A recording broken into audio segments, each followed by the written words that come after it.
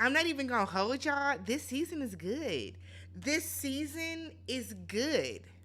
I'm impressed with the first three episodes, y'all. Dr. LaToya, come on up, Francis. What's wrong? Ooh, LaToya is working my last nerve, y'all. I don't know what the animosity is. She's fake. She's a liar. Hell, girl, you the manipulative one. But whatever, let's talk about it, y'all. Love and Marriage Detroit, Season 2, Episode 3, all about the apps. I'm Tammy. This is Tammy Talks. If you haven't already, do me a favor, hit the subscribe button.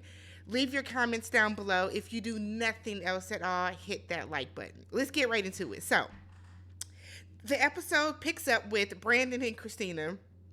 Kristina gets right into it. And I'm sorry, not Brandon and Kristina, Anthony and Kristina. Kristina gets right into it and asks Anthony, "Why did you invite me out? Why am I here?"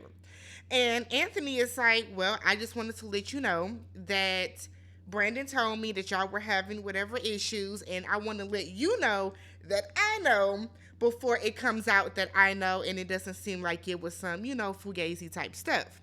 So he wants to let her know that, like, I'm there for you. I'm praying for you guys. And Kristina plays it very close to the vest, and I don't blame her.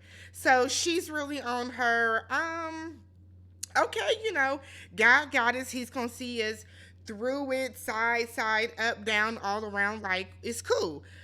Anthony is like, cool, I'm going to pray for y'all. Christina's in her confessional, like, does Anthony really care? Or is Anthony here to be nosy and pry? And you're right, sis. He's there to be nosy and pry. Anthony does not care about you, Kristina. Anthony does not care about Brandon. Anthony and LaToya want to be the stars of the show. You can tell. You can tell the way that they're moving, the way that they act. They want to be the stars of the show. I don't like neither one of them. So Anthony invites Kristina onto his podcast. I think it's called like Cultural Reset or something like that. Cultural something. He wants her to come on and talk about herself as a brand and her music. And she's like, if my husband allows it, I know y'all are cool, but let me just, talk to Lord, I keep getting named because I always feel like their name should be switched. Let me talk to Brandon about it, and I'll let you know, what's good with it. So Kristina is like, it feels like you're trying to get everybody back on one accord. And Anthony is like, is that a bad thing? It's not a bad thing, but you and your wife are the reason for a lot of the division that's going on. Because I wholeheartedly believe that if LaToya would never have inserted herself in between Kristina and Kolby's beef, Kristina and Kolby would have come to a resolution a lot sooner. Kolby had LaToya in her ear, bigging her up, getting involved in a situation that she knew nothing about, the full scope of it, and that didn't concern her, and it emboldened Kolby to sit in her brattiness, her wrongness, because Kolby was wrong in that situation, to sit in that, and that's what caused the rift, and that's what caused the division.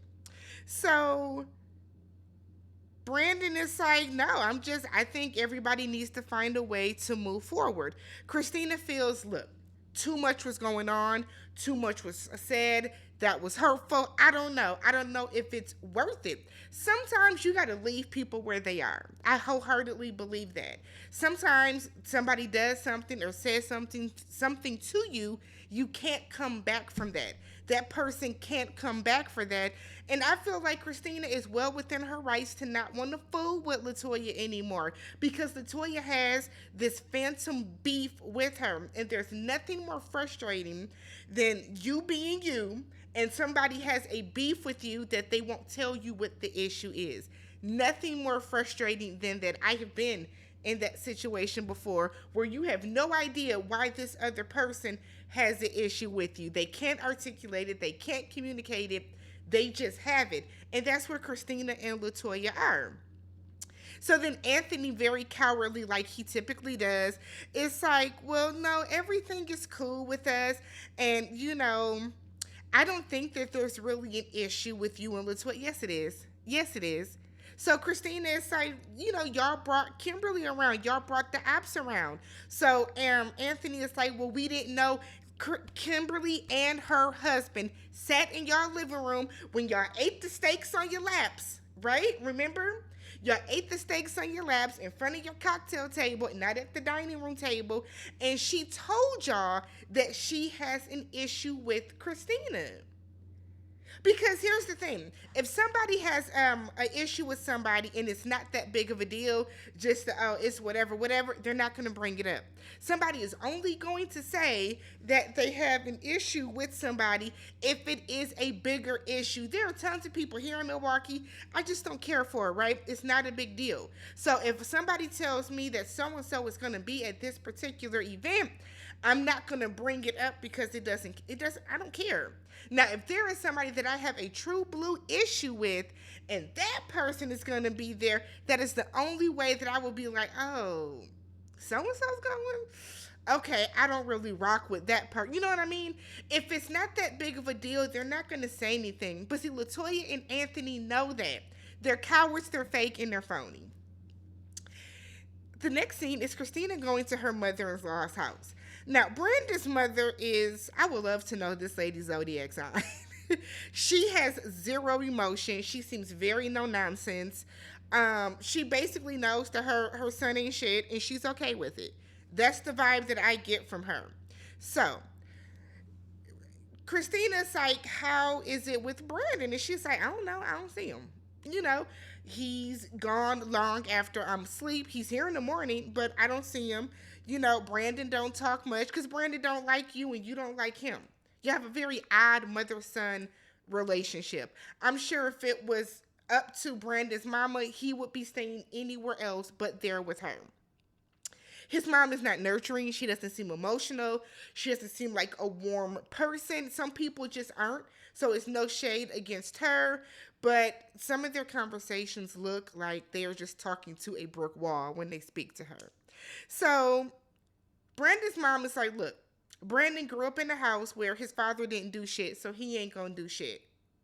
Basically, Brandon didn't like having to do his chores because he felt that his mother didn't make them fun. And I'm like, what does she want her to do? Sing the Bernie song, clean up, clean up. Everybody do their, what is it? Clean up, everybody do their share, clean up, clean up. Y'all know the damn Bernie song, but like, I don't, like, what is supposed to be fun about cleaning? Just get it done. Don't you want to live in a clean house?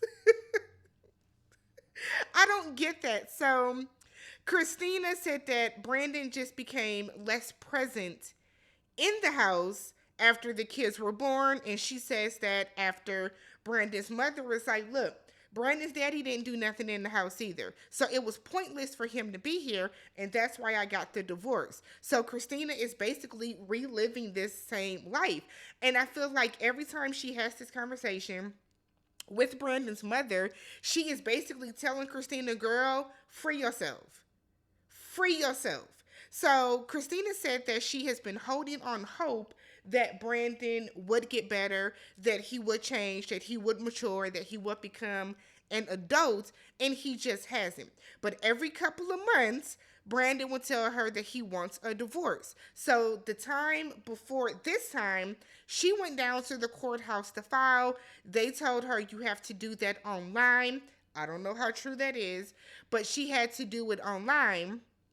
Apparently, when she came home, Brandon was like, God told me to stay with you. And I'm like, Kristina, aren't you a preacher's kid? Why are you letting this man weaponize religion and weaponize God in a way to manipulate you? You should know better than this. I feel like you should know better than this. If this man don't do anything else, you said he doesn't go to church with you, he don't read the Bible, he doesn't seem to walk in the light of the Lord, why would he all of a sudden have God telling him to stay with you? Come on, Kristina. Come on. So Brandon's mother basically tells her, look, divorce this man, go on and live your life. You aren't happy. You aren't doing what you need to do for yourself. Learn to take care of yourself and be done with him. Kristina then admits that initially she's been scared because she didn't think she would be able to take care of the kids and the household without Brandon. But now that Brandon is gone, she realizes that she can do it. That's why I'm a very big proponent for not being solely dependent on another person, because then you get trapped in a marriage because You don't know anything else. You don't have any money. You don't have anything. You know what I'm saying? But, you know. So then we get Anthony and Dr. LaToya. So they're out on a date, and Anthony we find out he's taking a step back from the wine business. LaToya seems irritated by that because I guess she doesn't want to run it on her own, or did Anthony put his money out?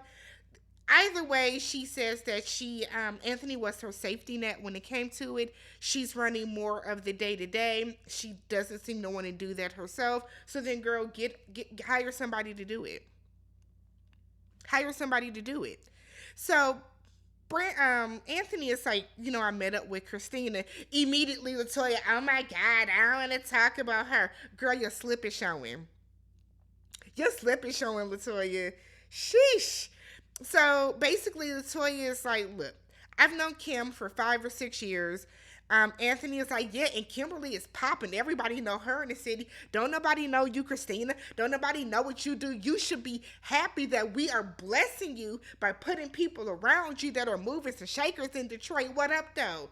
And it's like, Anthony, you sound stupid. It also shows how two-faced you are.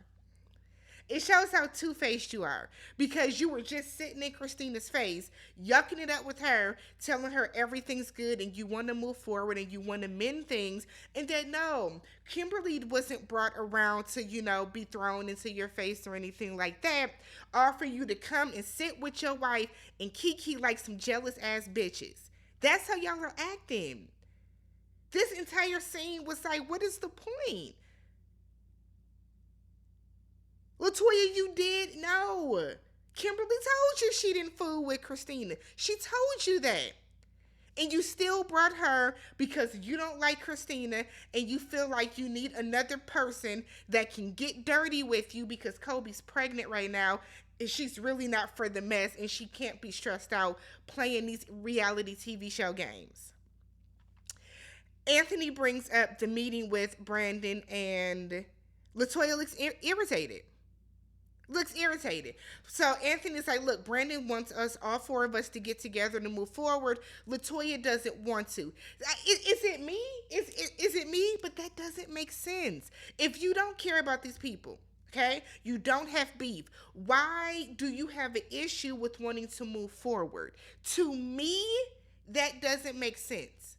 If it's somebody that I just don't care about, I don't fool with, tells me that they want to move forward, yes, let's move forward. It does not make sense the way that LaToya gets so swollen in the chest.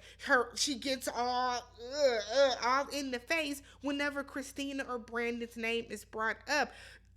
LaToya, you started this mess with them. You started it. Ooh, Jesus.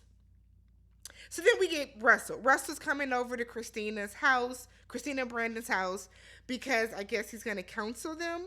So he gets over there and Kristina's like, why are you outside? Russell said, look, I'm going to wait outside because I was raised as a man. You do not go into another man's house if he's not there. I respect it. If Russell feels more comfortable waiting outside until Brandon gets there to walk into the house, so be it. Kristina's like, cool, I respect it. It's okay. They stand outside and talk, and Russell tells Kristina they're having another girl, and, she's excited for them. She then asks Russell, like, is this it for y'all? Russell's like, no, we gonna keep shooting till I get a boy. I said, does Kolby know that? I don't think Kolby has agreed to that. So Russell goes into the house with them when Brandon gets there, and basically Russell said, I'm not here to counsel y'all, but I'm just here to talk to y'all as a friend in Christ, if you will. So basically Brandon now realizes that he has some growing up to do. Even though he's been in therapy for the past year, he now realizes he has work to do and he was not equipped to be married. Of course you weren't, because you said yourself you sped up the marriage so that you could sleep with her. That should have been your first inkling you weren't ready to get married. This is like an episode of Fresh Prince. Remember the episode of Fresh Prince when Will married, was it Kim Fields, so that he could sleep with her? That's what this is giving. It's childish. Brandon, though, said he has a plan to get back with Kristina, and okay, sure. We see Kimberly at work. So she, with her group, I think she said it's called D&D. They, with her partner, they put on a lot of different groups and or a lot of different activities and events for women at spas and nail salons and all of that type of stuff. So they are currently planning a holiday soiree where they're going to have you bring like a toy or clothing or something to donate.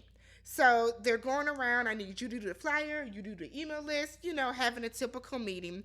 After that's done, her husband comes in and she tells her husband that she's planning this holiday soiree and she wants to invite everybody.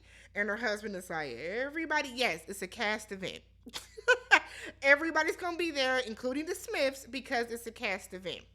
She then goes on to say she wants to plan a wine tasting for LaToya. LaToya has this wine that really haven't talked about this season, but they have a wine and they're working on a champagne line. And so she's hoping that the champagne is done so that they can do the champagne at the tasting for LaToya.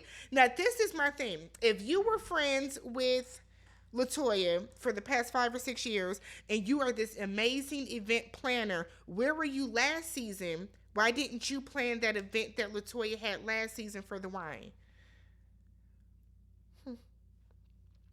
So she then tells her husband that, like, I need you to be more intentional. We need to be more intentional about each other and about our marriage. And that includes carving out time for each other. We do so much for everybody else, making sure everybody else is good. Let's make sure that we are good.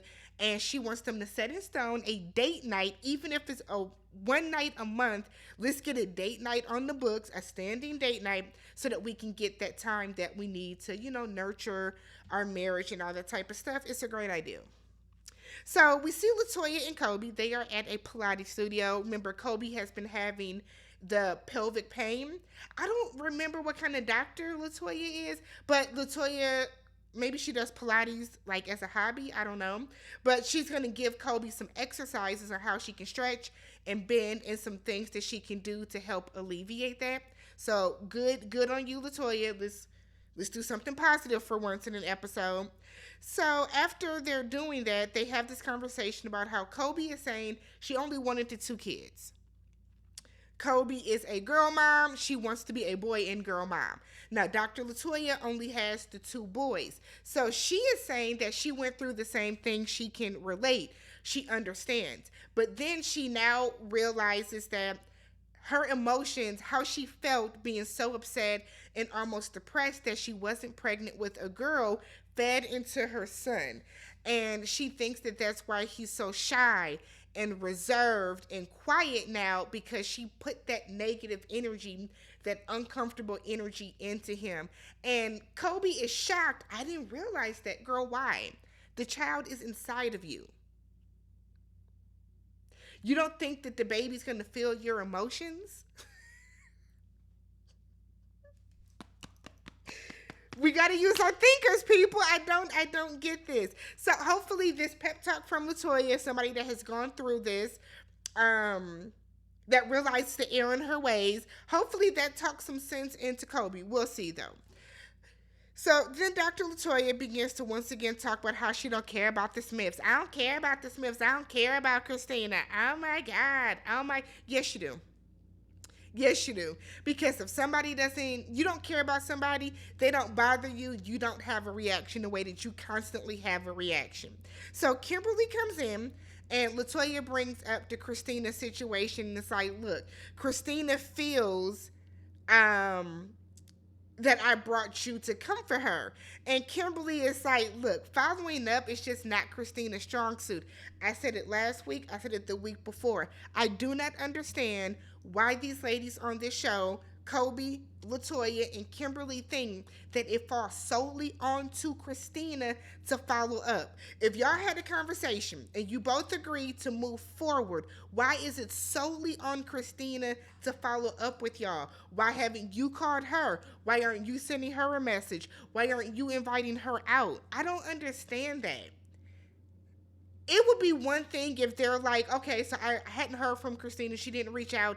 I reached out and told her, and she said, oh, I will set something up, or I've been doing all the reaching out. Kristina hasn't been following up. Then I would get it.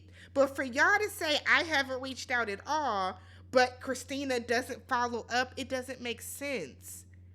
It doesn't make sense. And Kimberly, let's be real. You were mad over you having a fucking Android. Get a better phone then if that's your problem. I don't like this is silly. So then Kimberly is like, why would I need to come for her? She's a nobody. Girl, you did come for her. Were you drunk, Kimberly? You don't remember what happened at the event? Kristina and Brandy come in, they sit down. Kimberly and them come in. Kimberly and Marcel come in. You almost immediately went after Kristina. Immediately. I don't even think you have fully take your coat off and wet your whistle with your water. You immediately came in and went after her, Kimberly. So what do you mean? Oh my God. So Kimberly feels that Kristina needs to put her ego in check because Kimberly and LaToya have been friends for 5 or 6 years, and this is my first time with me ever knowing that you knew her. That's a bold-faced ass lie because you watched this damn show last season and saw that she knew her. Stop it. The first time you heard that LaToya and Kristina knew each other was not last week at dinner, and you know it. You know it because you watched the show.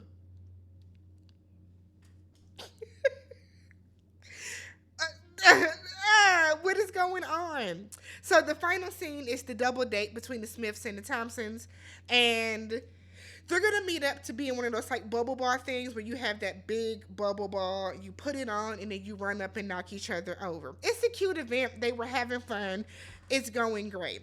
At the end, the guys are like, look, Brandon and Anthony, we've called a truce. We've agreed to move forward. Ladies, is there anything that you guys can build upon to salvage this friendship, whatever you want to call it? Kristina said, look, the disconnect started when at the skating rink last year, LaToya, you were calling me fake.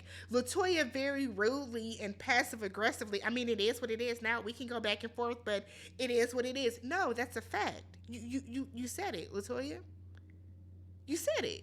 So Kristina then said, you also called me, LaToya, you called me manipulative. LaToya would not own up to it and would say, I don't think I said that. I do not like LaToya. I think LaToya is, I don't even know what it is with her. She is such a stick up her ass for Kristina. It's weird. It's weird. So Kristina once again said, LaToya, you called me manipulative. You have said it. LaToya then said, well, Kristina, you're known in Detroit for being manipulative. This is what people have been saying. Kristina is like, who is saying it? LaToya won't say who it is. People. Just people have said it. People have said it. So Kristina's like, look, the people are you, Kimberly, and Kolby, which is true. Which is true. So Kristina's like, look, the issue with you is you are treating me based on what other people have said and other people's experiences. I haven't done anything to you. And LaToya is like, no, that's not true. But LaToya, when has Kristina been manipulative with you? When has she been? We haven't seen LaToya and Kristina have any issues that don't involve somebody else's issues. Dr. LaToya. Dr. LaToya. Ugh. Oh my God. Like, I hope LaToya is watching these episodes back and like seeing the hypocrisy and everything that she says, but whatever. Let me know what you guys thought about this episode. If you haven't already, subscribe to the channel. Thumbs up the video. Leave your comments down below. Catch you guys in the next one. Peace.